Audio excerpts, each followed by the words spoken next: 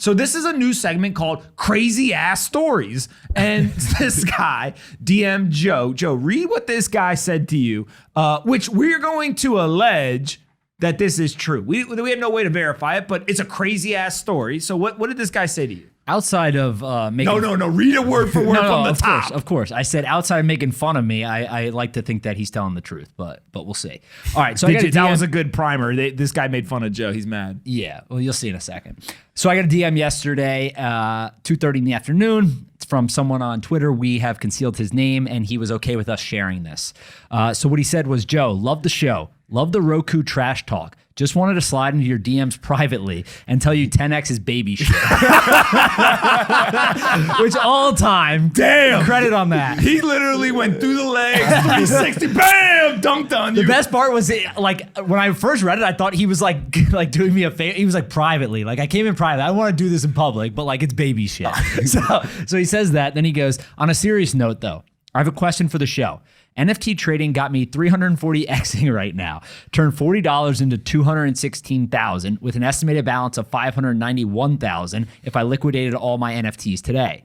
My question for the show is, how would you guys approach quitting my steady $100,000 salary to pursue a life in crypto and NFTs that I have more passion for?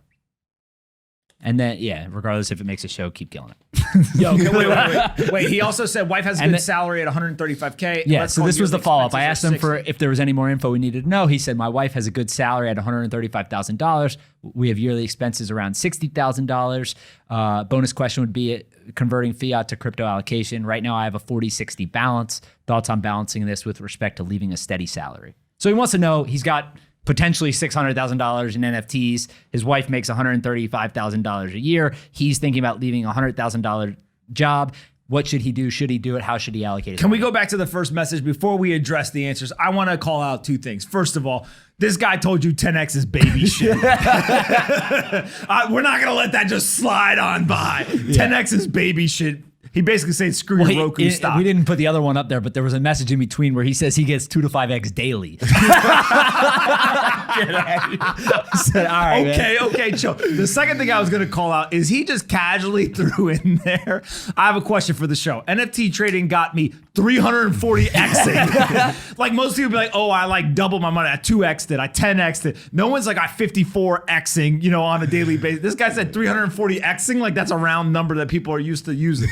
So he's got 340X. He's like, I'm used to it. Bro, he said he turned $40 into $216,000. I don't think that's 340X either.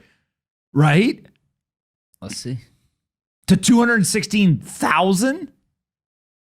300 and what did he say? 340? No. He said into. He said he turned $40 into 216K. Yeah, no. What is that? 340.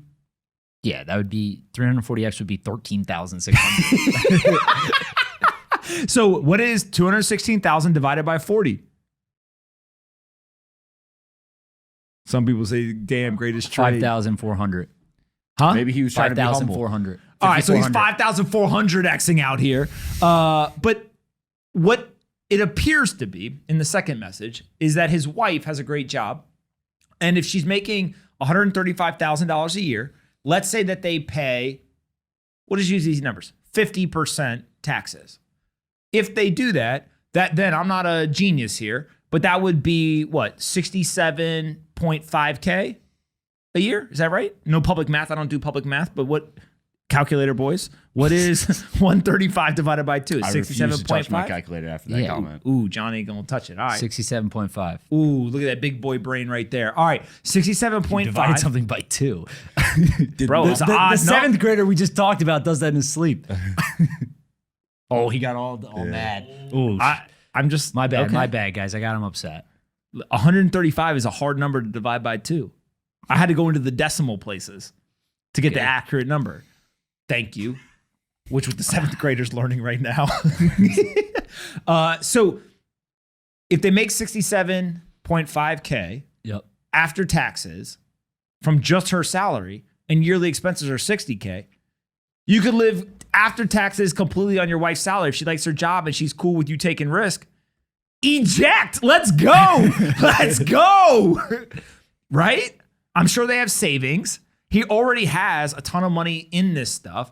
There is a very good chance, very important, there's a very good chance that a lot of it is highly inflated in price. Yeah. So what you should do, again, not financial advice, terms and conditions, talk to your lawyer, talk to your accountant, talk to John, whoever you want. John's smirking right now because he's like, yeah, I'm in there. Talk to me. I'm going to tell you to quit your job. Is I would take some of what is in that balance, I would convert it to either fiat or Bitcoin, right, which is seen as the more conservative asset in the industry. And then if you think you got an edge here, I don't have an edge in this, but if you think you got an edge, go for it. Especially if you're like a younger dude, go for it. You got your yearly expenses covered by your wife and her salary.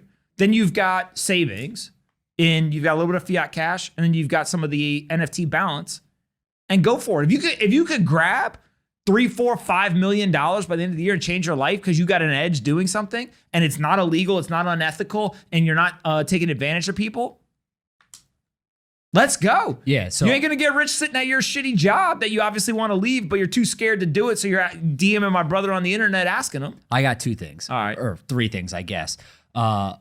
One would be that you actually need to figure out how much all this stuff is worth, right? Like you said, some of this is the actual prices, depending on kind of the NFTs in the marketplace and stuff like this, say that they're worth a little more than you could actually liquidate it for, and the price could change and all this stuff. So yeah, you need to have at least a general understanding. Usually it's typically better to underestimate that stuff. So say, maybe if you think it's here, actually think that it's here and put that on paper. That's one thing. 2 would be that you need to have a plan, right? You don't want to just quit and say, hey, I'm going to go trade NFTs and I'm going to go buy and sell these things and try to make cash. You need to have a plan of what you're going to do with the cash, where you're going to put it, what kind of return you're going to get, how you're going to live off that, where you're going to budget, what your expenses are going to be, all the stuff, right? So the wife's salary is part of that. But then when he personally wants to leave his job, you need to have a plan of what you're going to do. 3, from a personal standpoint, I think it's probably you want to make sure your wife's cool with you chilling on message boards all day long while she works to cover expenses. There might be a conflict there, but outside of that, everything's probably good. John, what do you think? Yeah, I agree with everything Joe said. Damn, just 100%. 100%. Someone said I'm hating in the comments. I ain't hating. He should do it if that's what he wants to do. I said you should have a plan. Yeah, you should definitely have a plan. John, That's what I'm saying. John, let John speak. No, you should have a plan. I agree with it. Look, unfortunately, you probably won't get rich working for someone else and making them rich. So if you want to go do something and you, like you said, you have that competitive edge in it, go do it. If you like doing it, that's also very important. So it all depends on what you're optimizing for. And it sounds like this guy is optimizing for cash. So just go for it. Why not? The other thing that I think is important here is one, we talk about Bitcoin a lot. That I think in most people's eyes is seen as the most conservative thing in this industry. NFTs are on the other end of the spectrum. They've gone up a lot, appreciated. They're very hard to value in terms of any sort of fundamental analysis, etc. 3 is we don't have a ton of historical data to know how these perform. And then 4, and probably most importantly, is there is a chance that as the demand for it increased so much, supply lagged. As supply lagged, all of a sudden, the demand got more because it was driving price up, right? So if you think about, if there's 100 NFTs there and there's only 5 buyers at first, they're normal prices. Then all of a sudden we go to, now there's 1,000 people that want those 100 NFTs. What happens? Prices start to go up. Then all of a sudden it's not 1,000 people who want 100 NFTs. Now there's 120 NFTs, but there's 10,000 people that want them. Price even goes up faster, which brings in more people on the demand side. So you've seen this massive increase in the demand side. The supply has a lag to it. And so as that supply starts to come online, it would not surprise me at some point to see the supply actually outpace the demand. You can't grow demand forever, and you can grow supply forever. People will keep kind of feeding the ducks if they're quacking. And so as you see that occur, there will be a point where prices cool off or crash. You just got to understand 2 things. 1, what's your risk management strategy? And then 2 is, what is your long-term strategy or plan, to Joe's point? And so if you want to go do this stuff, you think you got an edge doing it, knock yourself out. But also understand that it's kind of like when you're at a casino and you're literally playing blackjack. If you just leave all the chips on the table the whole time as you're winning, then you're going to leave with either 0 or a ton. There's no in between. But if you're intelligent, as you're winning, what do? You take some of the chips off, put them in your pocket. You play with what's on the table. If you end up losing, then you're done, but you're walking away with some chips actually in your pocket. And that's the key to a lot of this is you have to have the risk management and take profits along the way because nothing goes up forever. And so I think the other piece of it is that we've got to understand how the market ends up working here. Of if he just stays in NFTs, it ends up actually being pretty risky because you're betting on a sector that is unlikely to stay going up forever. Instead, if he's able to diversify, whether it's in this industry or into fiat as well, then he's actually going to be in a pretty good financial position.